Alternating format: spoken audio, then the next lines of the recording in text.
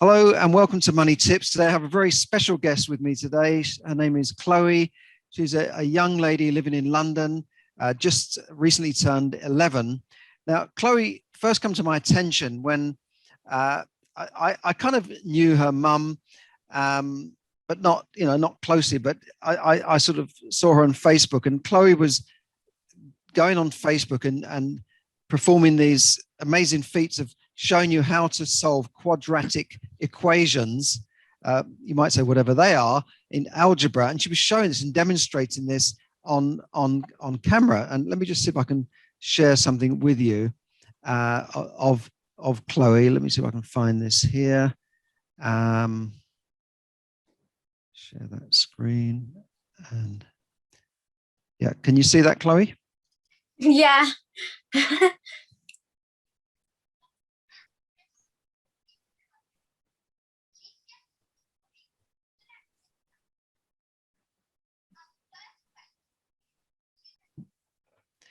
Okay, now you can watch that yourselves in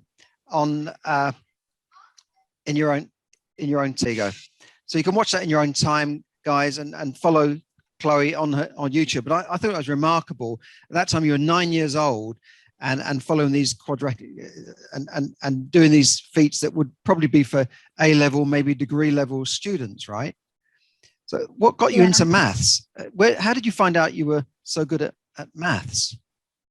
Well, it didn't start until I joined Kumon, which is a very helpful kind of, I say, like club, but not at a club at the same time, because they would benefit your math studies. They also do English, but I decided to do maths because at that time I decided to see how much I can go pursue more of the maths things that I know, because I did know a few things until I joined Kumon.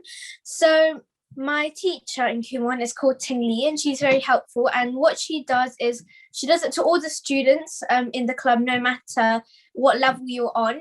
You would have a piece of work in front of you, and there are like examples at the top that you have to analyze yourself. So that's how I developed to learn things more by myself, and so it's easier for me, like generally, so that I can just look at something, look at an example, and then base it off what I have seen in the video or the photo or anything like that.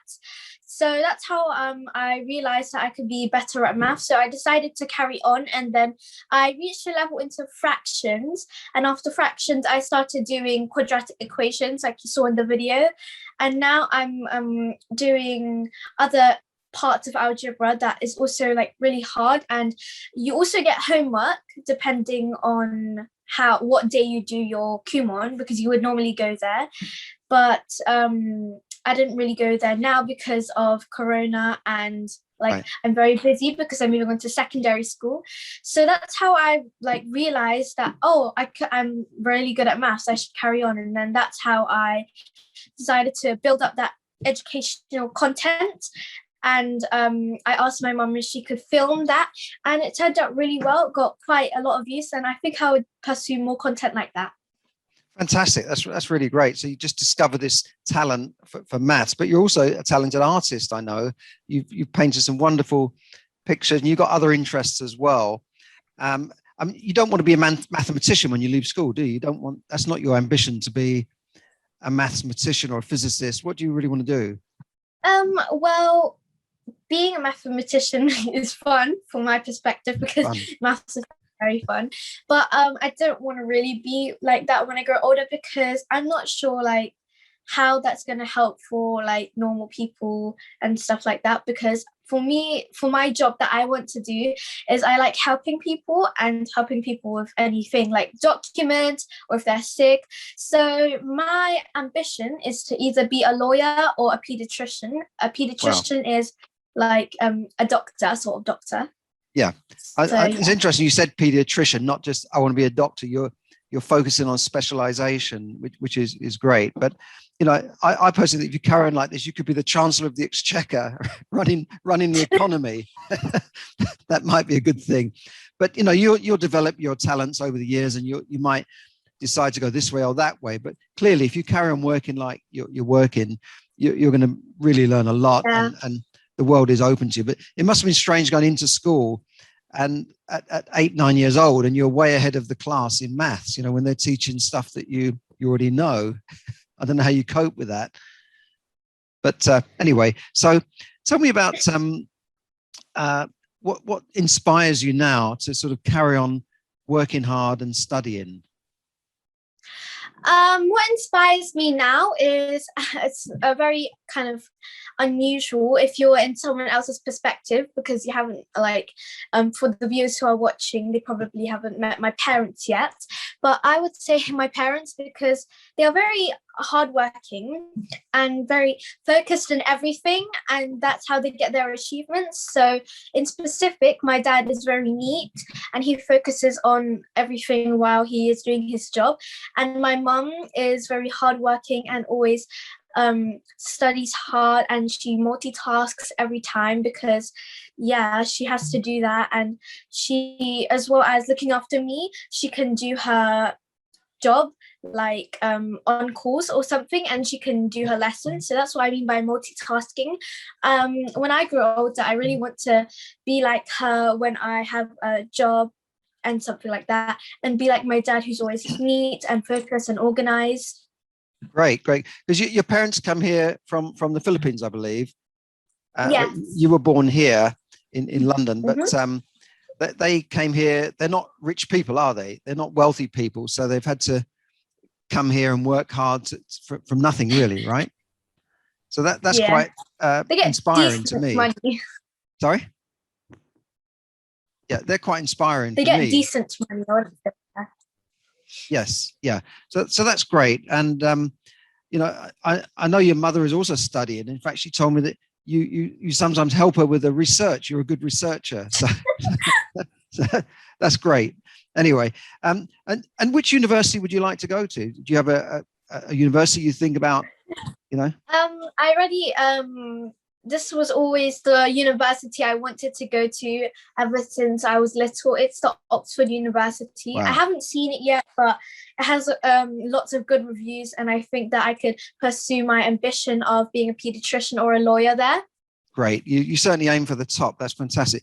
So, I mean, you do a lot of things. So I also understand you're into the beauty pageants as well, which is also raising funds. So tell me about your work outside of school. What do you do in your time outside of school, like your beauty work and that sort of thing?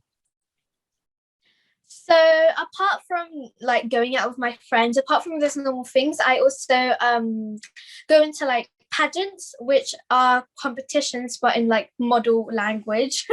Yeah. So I have won quite a few pageants. So the first pageant I've ever won was Mini Miss Diamond 2018, and a few years later I got crowned as Miss Pure UK representing England, and I was supposed to go to the event because I was going to get recrowned as Miss Pure UK Europe representing Europe 2021, but unfortunately we weren't able to come.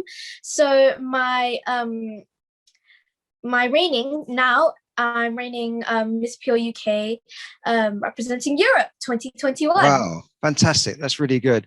And I know you do some good work there, and you're also interested in helping people and raising funds, but I think you're inspiring other women as well.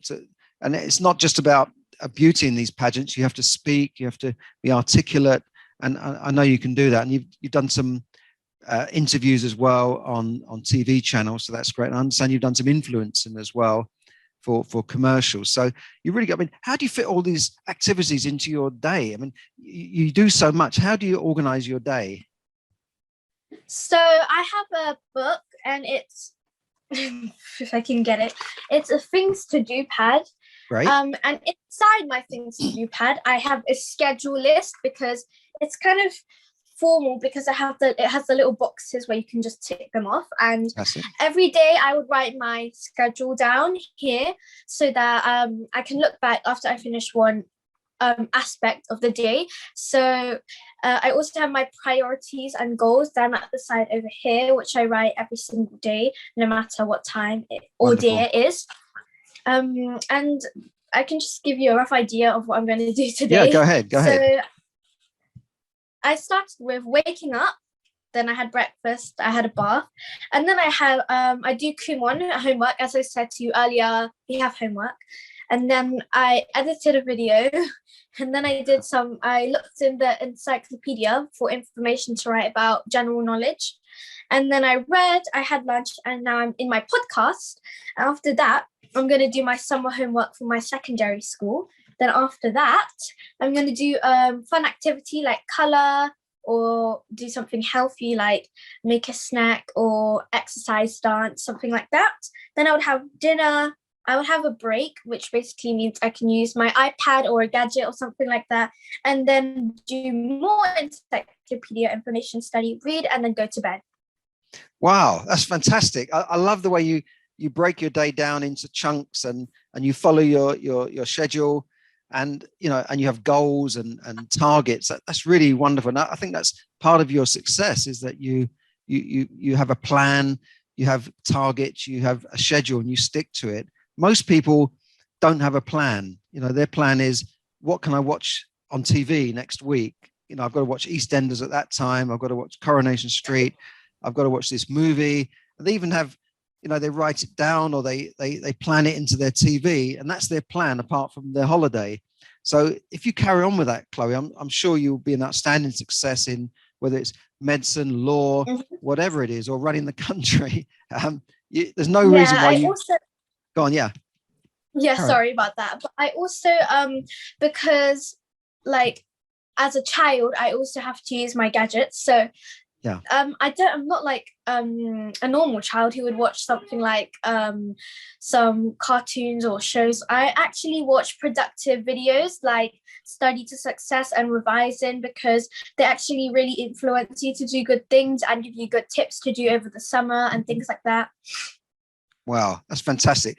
I can see why you're so successful. And in fact, you've just got into a very good school. I'm not going to mention the school, but you've been top of the class. I know your mum's very proud of you, and she says, look, she's got another A, she's got an A plus, and you've been top of the class, and that's enabled you to go from, living in an ordinary area with an ordinary primary school, but now you've got into one of the top schools in London. We're not going to mention it, but it's an amazing achievement, and congratulations on that. I'm sure you're looking forward to that, starting in September?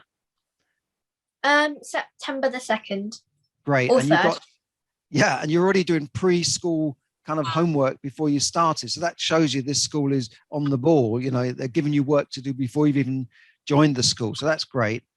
And I'm sure you're able to cope with that because you're so organized. So that's fantastic. And just lastly, I mean, you've mentioned briefly about your gadgets and social media.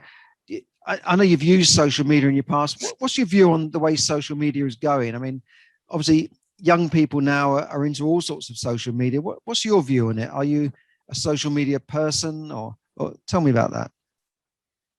Well, of course, I use social media because I have like apps like TikTok, Facebook, YouTube, and those things. But there are also pros and cons, benefits and no benefits about social media, because first of all, you can share your story and build up more content on like YouTube, TikTok, or any social medias that you have. Yeah. But there is a lot of hate going around, and I just really don't like that, because for me, social media has to be a good thing where we can tell each other problems and we can solve them really easily. Because I've seen lots of people on social media try to do that, but they get lots of hate in the comments, and I don't really like it because it's also a form of bullying, and don't like bullying. Honestly, we have to, even if we try to stop it, there's so much bullies in the world, and lots of it comes from social media. Okay, that's a very good point. There is a lot of bullying going on social media, and I'm glad you're aware of that.